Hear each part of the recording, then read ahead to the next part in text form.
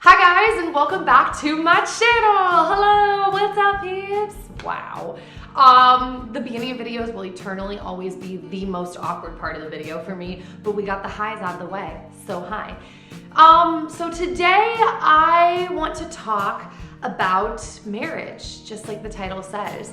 I have been watching a lot of chatty videos lately and I've been loving them. And specifically, I've been watching videos about marriage and people's relationships and just a lot of, yeah, that's pretty much the best way to put it, just a lot of chatty videos in general. And today I decided that I wanted to talk about my marriage, our marriage, the marriage that is the Philippis. And I haven't talked about our marriage in a long time. I was gonna say if ever, but I feel like we have talked about our marriage, just not much. So I don't know if this is gonna be interesting to you or if you're like, bye, I'm clicking out now. But I just thought I would chat because I really enjoyed hearing other people talk about their marriage. So let me know in the comments too, guys, if you wanna see more of these kinds of videos, if you have any questions that I don't address, because I'm sure there's gonna be a ton of stuff that I'm not addressing or talking about. But today, I'm choking, that's what I'm doing.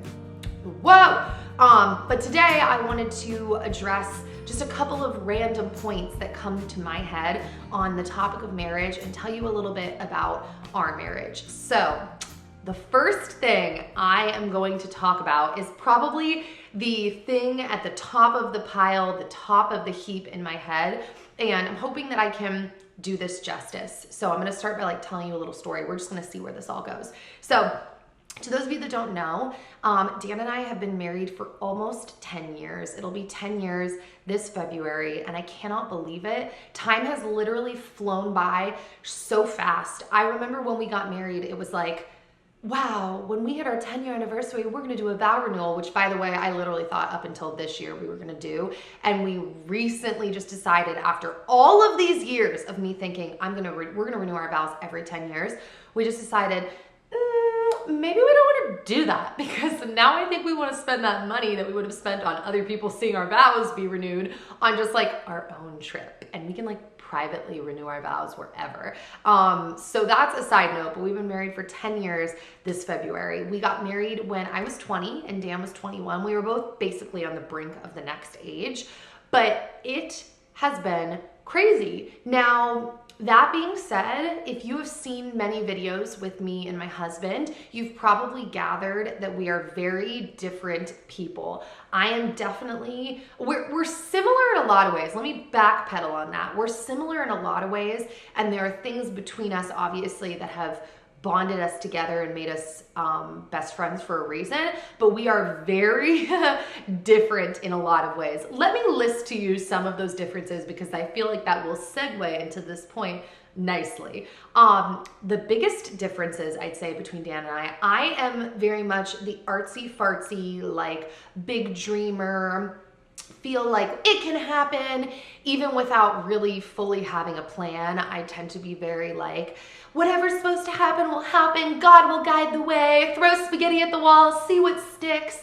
That's very much my personality. I tend to be fairly all over the place. My energy can kind of go like this a lot. I'm very spur of the moment, I'll want to do things, and I like getting philosophical and just really excited about things, even if they're vague. I don't know if that made any sense.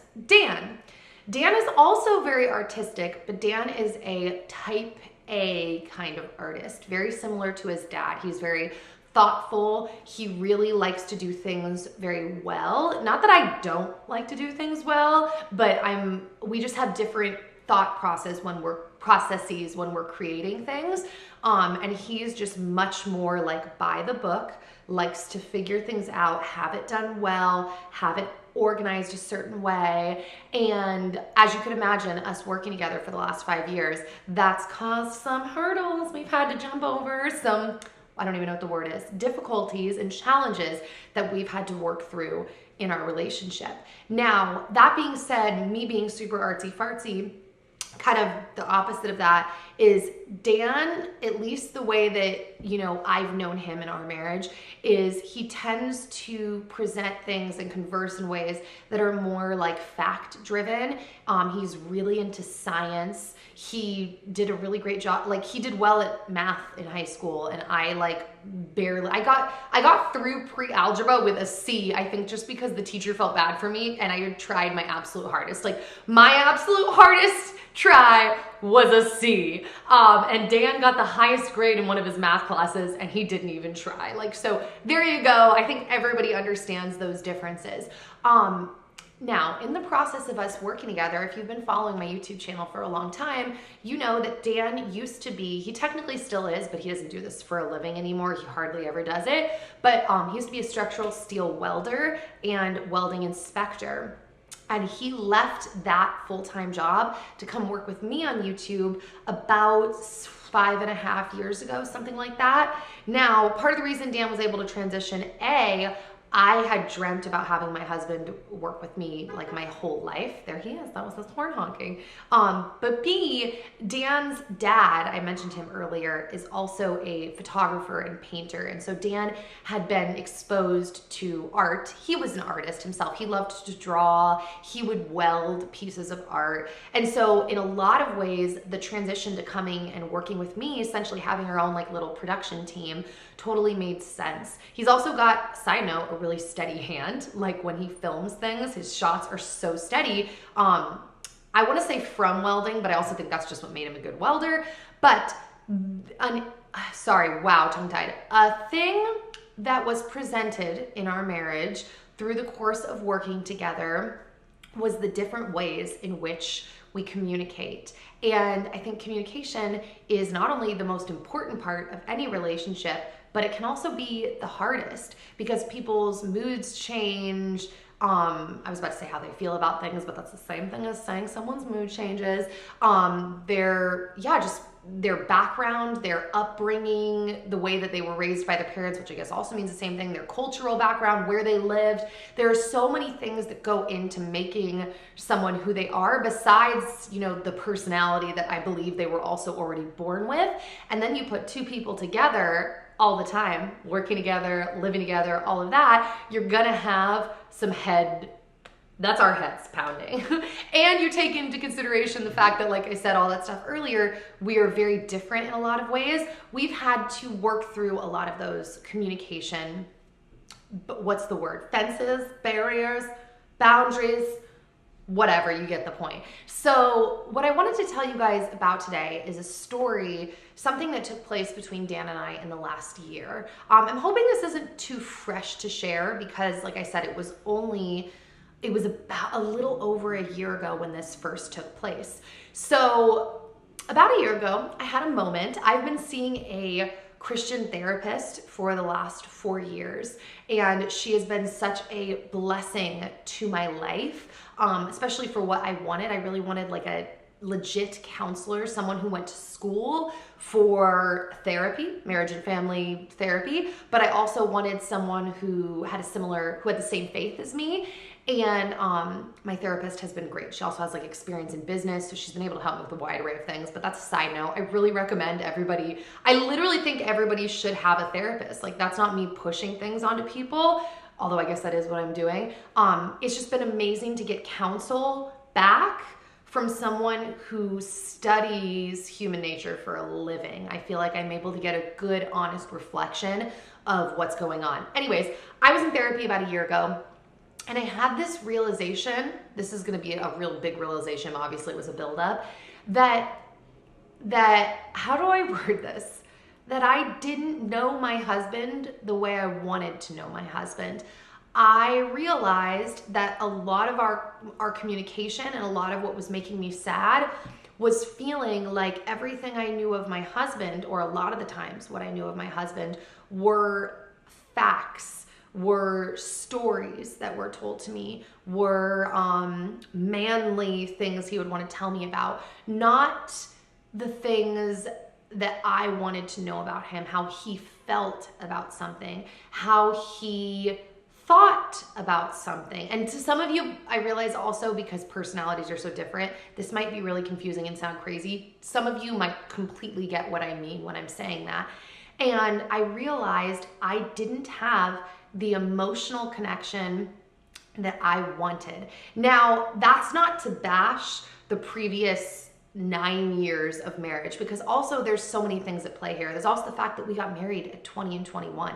When you get married that young, I am convinced that a huge part of the battle of marriage, even if you don't get married that young, because I think people change their whole lives, are going through your development and your growth in life together. And I think there are points where maybe one partner grows in a certain direction and the other partner isn't, and then you look back and you're like, wait, we're growing apart, or like, you're not with me and now I feel disconnected from you, or now I don't feel satisfied.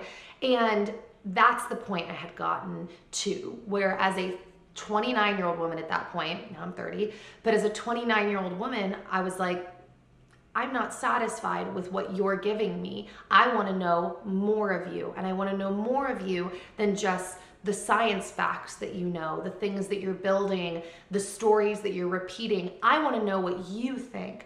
And I had told him this before. Also in that same vein was romance, which, to kind of back up to that session, in that session is when I realized that when I was saying romance, I really meant an emotional connection and depth and sharing between each other. Like, yes, don't get me wrong, I love flowers, I love the kind of typical romance things, but what I had really meant was an intimate emotional connection that I felt like had, for whatever reason, been lacking for a while. Like I said, I think age, growing up, being together for many years, it's just kind of, you have to kind of reevaluate things. So I was in this session and my counselor basically said to me, like, well, you've talked and talked and talked and talked. Have you tried not talking? And I was like, what do you mean not talking? And she was like, just what I said, not talking. And I'm actually really hesitant to share this on the internet because obviously you guys are getting just a small slice of my life and the situation and how it unfolded. But I'm hoping, on a side note, that if there's any way for God to work through my words, but like beyond whatever dumb things I may say, that's what I'm hoping. Because this year has really been transformative. So she said to me, have you tried not talking? I'm like, what do you mean? She's like, just that, not talking. And she was like, you've told him over and over and over. And yes, he's showing you that he seems to care, because he was never like, whatever. Like, if you've seen Dan, like, you could probably imagine, he's like such a nice, loving, loyal, caring human, but he would care in the moment. And then the things that I wanted to change were not changing. And so basically she told me, if you kind of go quiet basically, and you decide I'm not going to talk until these issues are settled, he will start to settle them. And I was like, well, don't I need to like tell him before I go silent? Like, I'm going silent because of X, Y, and Z. And she was like, nope. And I was like, why? That's crazy. He's gonna be like, hello? And she was like, nope, you've talked to him enough. He will know. And I remember being like, what? That's crazy. Like, yeah, I mean, yeah, I've talked to him a bunch, but how would he just know? And she said, all you need to say to him is, there are issues within our relationship that I'm really sad that we have not been able to deal with, and that I don't feel you've really tried to fix. So I need to just be quiet for a minute and think by myself, something like that. I'm making up those sentences. But basically, that's what I said to Dan one day. I got home that day. My therapist was actually like, I wasn't telling you to do this immediately. I was telling you to think about it. But it resonated so much with me, I dove in. I got home that day. I went silent. And I told him that, hey, there are some issues in our relationship, blah, blah, blah. And then I went silent. And he, was like, what issues? And I was quiet, just quiet. And he's like, you're not gonna answer? I'm like, basically, fast forward, 15 minutes later, he comes in the bathroom and he's like, hey, Nikki, and tries to start talking with me. I didn't respond. And he was like, oh, so you're just gonna be quiet then? Like, that's how it's gonna be? And he was obviously annoyed and he left. And 15 minutes later, he came back in the room and he said to me, Nikki, I know I'm not the greatest at romance and I know I'm not the greatest at expressing myself, but I love you and I want that to change. First off, he figured it out in 30 minutes. We hadn't like just had this fight last night. We had talked about it many times, but I was literally like, my jaw almost unhinged when he said that, because I was like, oh, my therapist was right. He knew it. Like, he knew it right away. But the thing about this silence is that she had also told me, you need to stay silent until you see action, that it is being fixed, that the issues you want addressed are being fixed.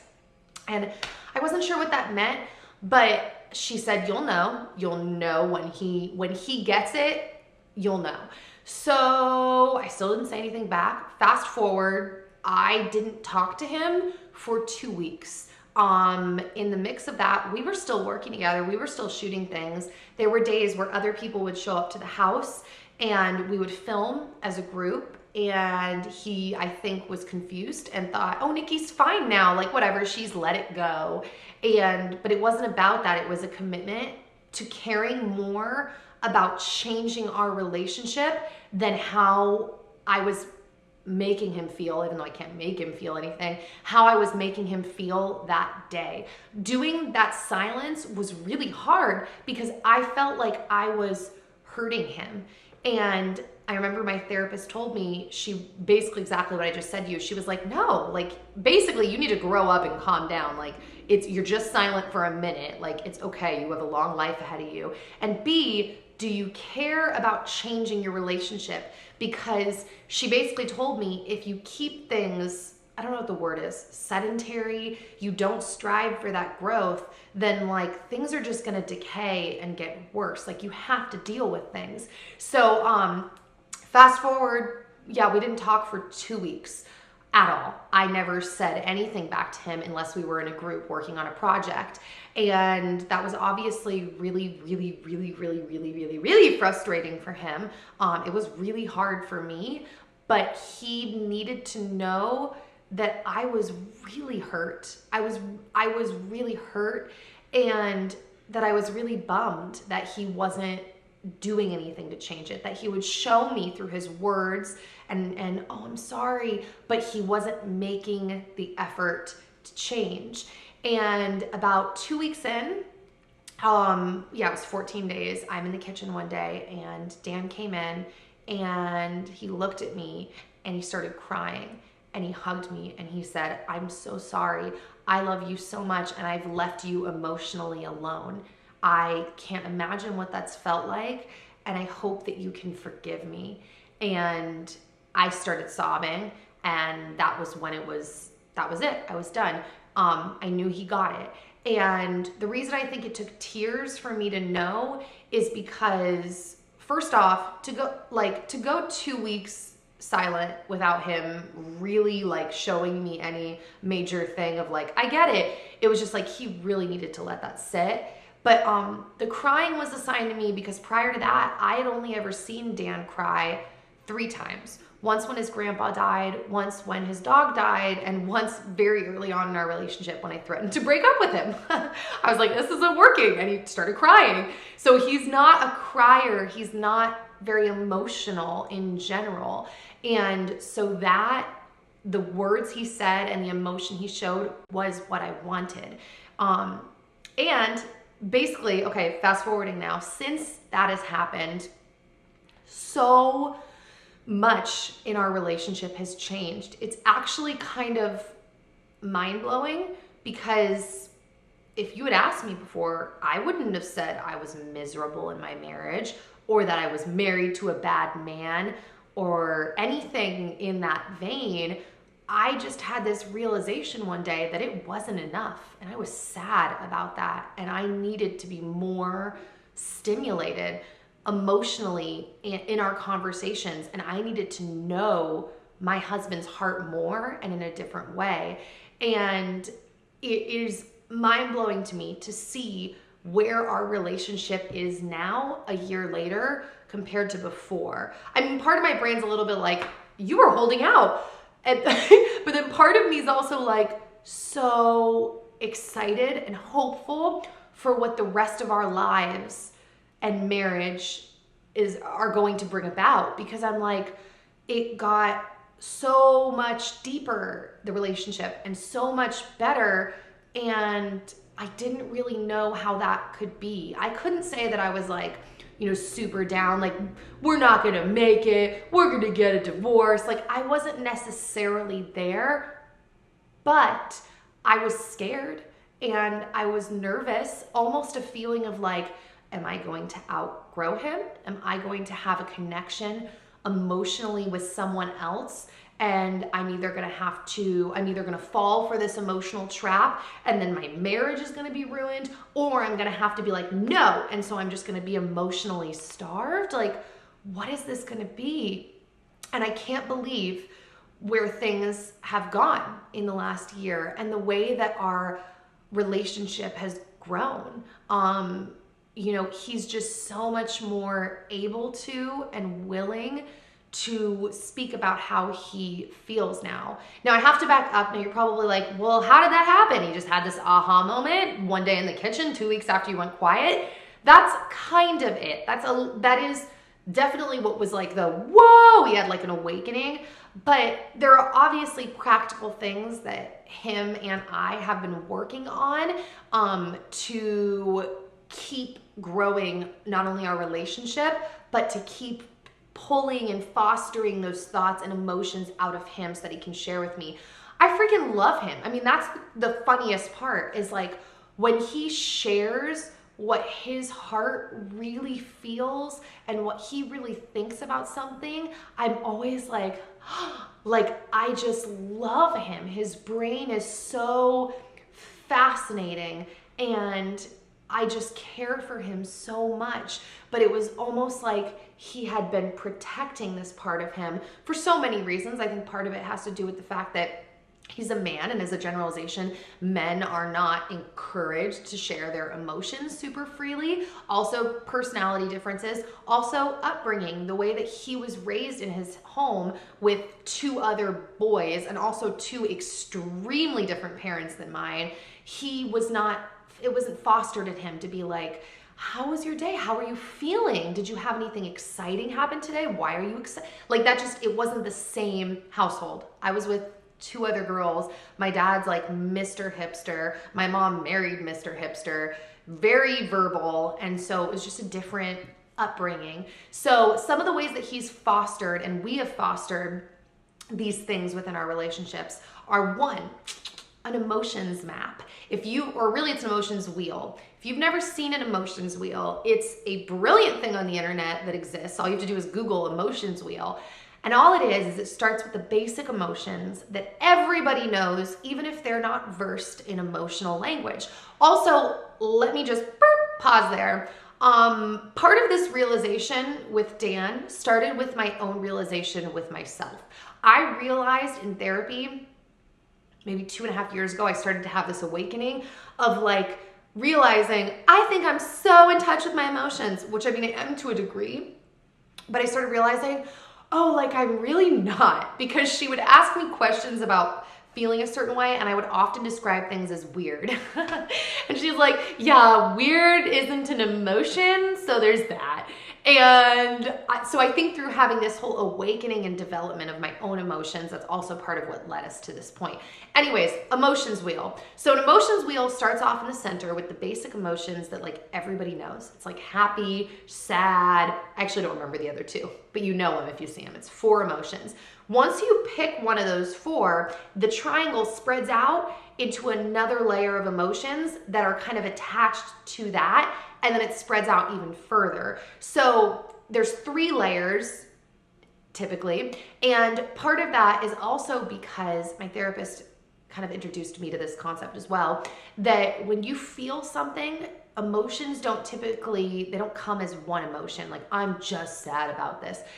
Typically, emotions come in sets of 3, and that makes perfect sense to me. Once she said that, I was like, oh my gosh, that's why like I can talk about something and I'm like kind of feeling like this and I'm kind of feeling like that and I'm kind of feeling like that, because it's very normal and most people have emotions come in sets of 3. So that's also part of the thing about the layering, is you can be like, I feel sad, and I also feel anxious, and I also feel, I don't even know, I'd have to look at the emotions wheel, jealous, I don't know. There's a million emotions you can feel.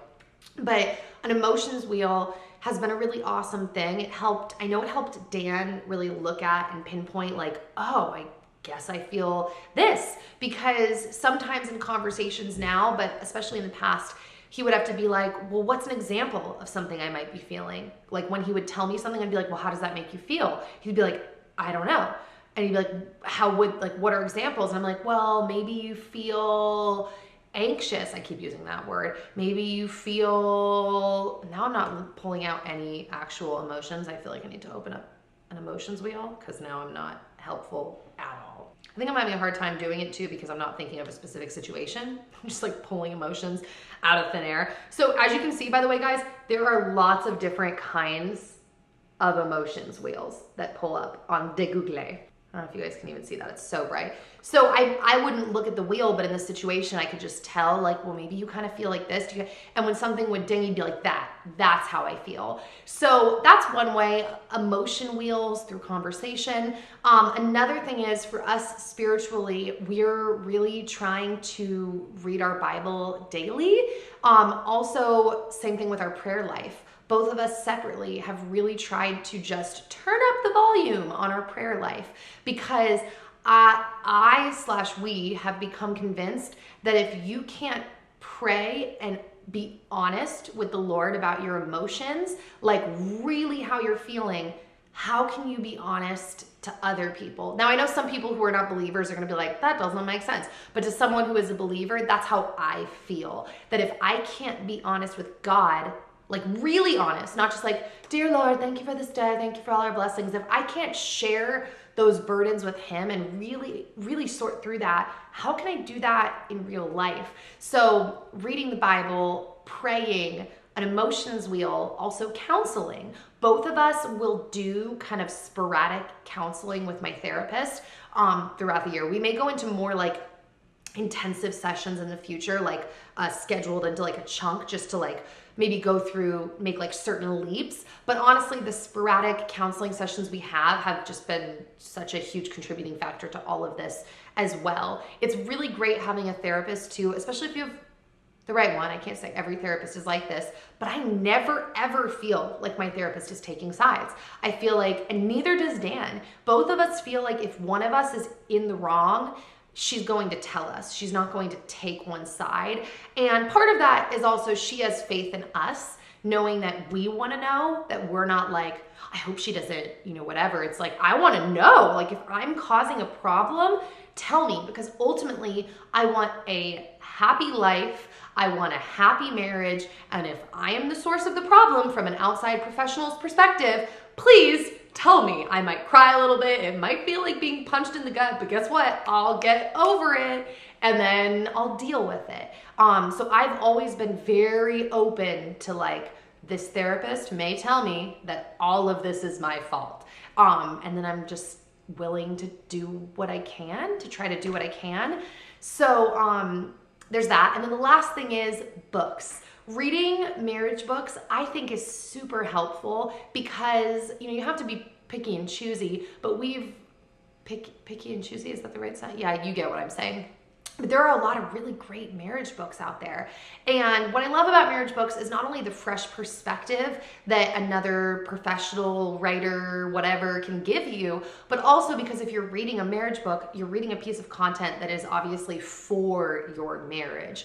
I think that so many places in the world right now, you look around and a lot of people, a lot of places, a lot of content is not for your marriage. It's for your happiness. And obviously, like, I want to be happy. I want you guys to be happy.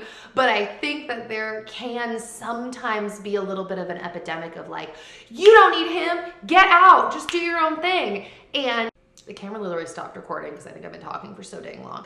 Anyways, it's nice reading material that is for your marriage and your relationship, because I can't say that I believe in divorce. I can't say I don't believe in divorce. I believe that every case and every person is different. That being said, I really feel what I just said. I don't like it when there's this overwhelming like thing against marriage that can sometimes run in culture. But then I also don't like it when it's like, no, you can't leave. It's like sometimes people need to get out. Like sometimes people, you know, are abusive and mentally or physically, or they refuse to change, or look for help. You know, it is what it is. But I want my marriage to not only work, but to be happy and fulfilling for both of us. I want us to continue to be best friends in a real way. I want to really intellectually stimulate each other and to learn and to grow.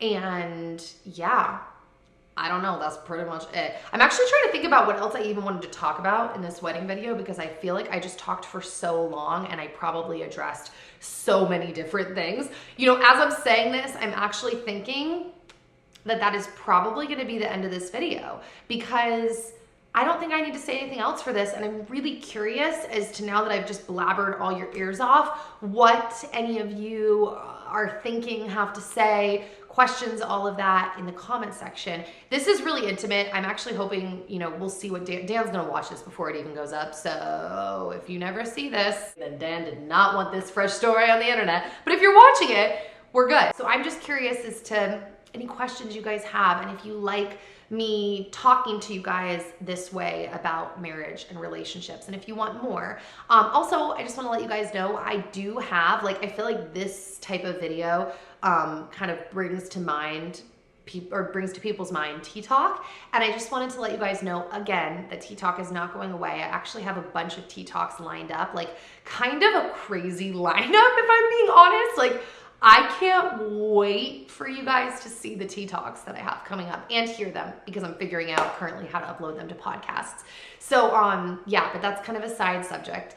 I will see you all back here soon. I hope you have a good day. And if you're not having a good day, I hope that you remember and believe that it's temporary and that things can, and I believe will, get better. You guys know I went through a tough year, and coming out of this fog has just been like almost chill inducing. And I just want to pass that to you guys, that if you feel like you can't swim anymore, first off, you can keep swimming. If you need to take a break, take a break. Do what you got to do to refresh your soul and just keep going. That's kind of a random ending to this video. Yeah, that's it. I love you guys, and I appreciate you all so much, and for being in my life for the last 7 years. Can you even believe that? Crazy. And I'll see you back here soon. All right, bye guys.